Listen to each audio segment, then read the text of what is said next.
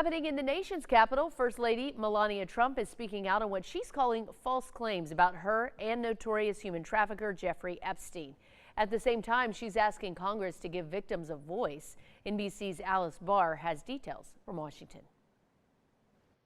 First Lady Melania Trump in a rare public statement knocking down rumors about her ties to the late sex offender Jeffrey Epstein. The lies linking me with the disgraceful Jeffrey Epstein need to end today. The First Lady not saying why she's speaking out now. Behind the scenes, her legal team has worked for the past year to take on any publications they viewed as spreading false or defamatory information connecting her to Epstein. I am not Epstein's victim.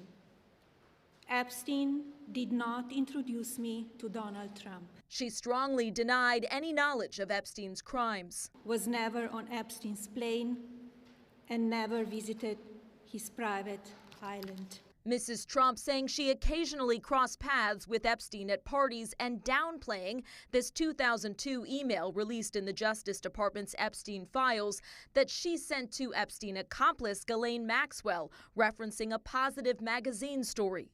My email reply to Maxwell cannot be categorized as anything more than casual correspondence. The First Lady urging Congress to hold a public hearing for survivors and saying that Epstein did not act alone. And that means that the entire investigation is legitimate. She needs to call on her husband to get the remainder of the files released. Republican Thomas Massie putting the onus back on the Justice Department to bring more transparency, as the First Lady's comments put a simmering controversy back in the headlines.